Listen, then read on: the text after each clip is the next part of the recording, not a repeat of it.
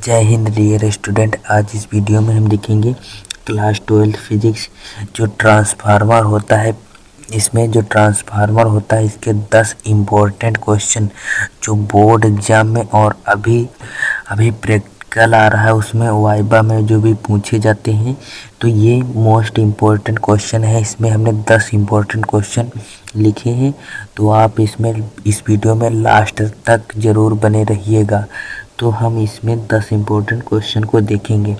तो पहला हमारा क्वेश्चन है ट्रांसफार्मर होता क्या है। तो ट्रांसफार्मर क्या है? तो ट्रांसफार्मर एक ऐसा साधन है जो वोल्टता को परिवर्तित करता है।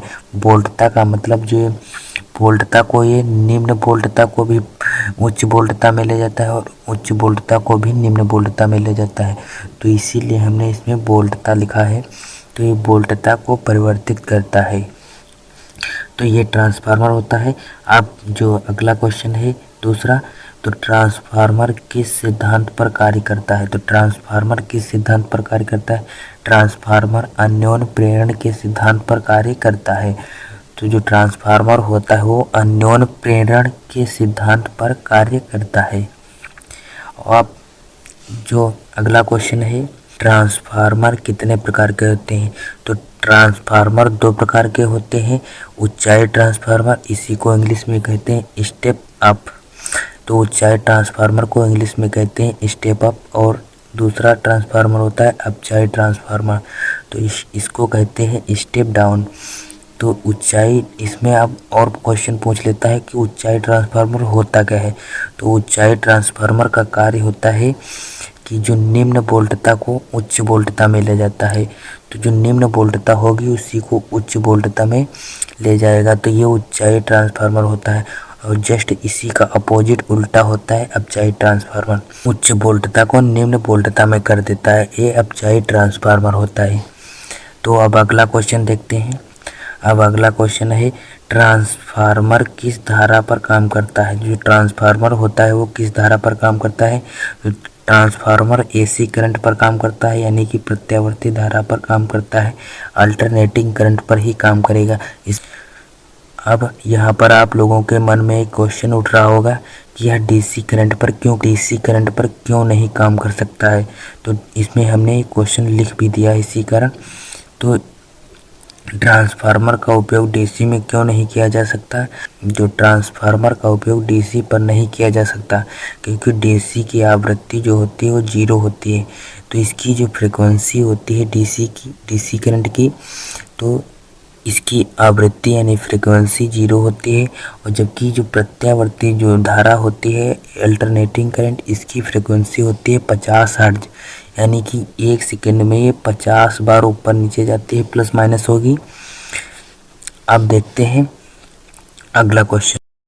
अगला क्वेश्चन है हमारा ट्रांसफार्मर की क्रोड किस धातु की बनाई जाती है। जो ट्रांसफार्मर में क्रोड होती है वो किस धातु की बनाई जाती है। तो ट्रांसफार्मर की क्रोड नरम लोहे की बनाई जाती है। तो ट्रांसफार्मर की क्रोड जो होती है वो नरम लोहे की ही बनाई जाती है। अब अगला क्वेश्चन है ट्रांसफार्मर में क्रोड को पटलित क्यों रखा जाता है। पटलित का मतलब तर ऊपर, यानी कि ऊपर नीचे क्यों रखा जाता है। तो ट्रांसफार्मर में क्रोड को पटलित इसलिए रखा जाता है जिससे कि भंवर धारा को कम किया जा सके। अगर इसको पटलित ना किया जाए तो इसमें इतनी भंवर धारा उत्पन्न होगी कि पूरा ट्रांसफार्मर ब्लास्ट कर जाएगा। अब अगला क्वेश्चन है ट्रांसफार्मर में कौन सा तेल डाला जाता है। तो ट्रांसफार्मर में तेल कौन सा डाला जाता है। तो इसमें ये ऑब्जेक्टिव क्वेश्चन में भी पूछ लेता है कि ट्रांसफार्मर में कौन सा तेल डाला जाता है। तो इसमें नेफ्था ऑयल। अब अगला क्वेश्चन है ट्रांसफार्मर में तेल क्यों डाला जाता है। तेल डालने का कारण क्या है। इसमें बहुत ही हमिंग साउंड होती है, इसको भी कम करने के लिए और शीतलन प्रदान करने के लिए, यानी कि उष्मा बहुत उत्पन्न होती है जिससे लोहे की क्रोड जो होती है वो नरम लोहे की क्रोड भी गर्म हो जाती है। इसी को ठंडा करने के लिए इसमें तेल डालना आवश्यक होता है। तो इसी कारण इसमें ट्रांसफार्मर में तेल डाला जाता है। तो तेल कौन सा डाला जाता है। Naphtha oil. ये बहुत ही अच्छी ढंग से आप इसको याद कर लीजिए, ये तेल नेफ्था ऑयल। अब अगला क्वेश्चन है ट्रांसफार्मर की दक्षता कितनी होती है। तो जो ट्रांसफार्मर की दक्षता यानी क्षमता कितनी होती है 70% से 95%। यहाँ पर एक 95% लिखा है, यहाँ पर 95%। और इसकी एवरेज जो मान ली जाती है वो 90% होती है। तो इसमें हमने ट्रांसफार्मर के 10 इम्पोर्टेंट क्वेश्चन देखे हैं जो बेहद इम्पोर्टेंट हैं। आप इनको अच्छी ढंग से याद कर लीजिए। ये वाइबा में भी पूछे जाते हैं, बोर्ड एग्जाम में भी पूछे जाते हैं। और ट्रांसफार्मर बहुत ही महत्वपूर्ण है, ये बोर्ड एग्जाम में हर साल पूछा जाता है। तो इसको आप अच्छी ढंग से तैयार कर लीजिए। आई होप आप लोगों को ट्रांसफार्मर अच्छी ढंग से समझ में आ गया होगा।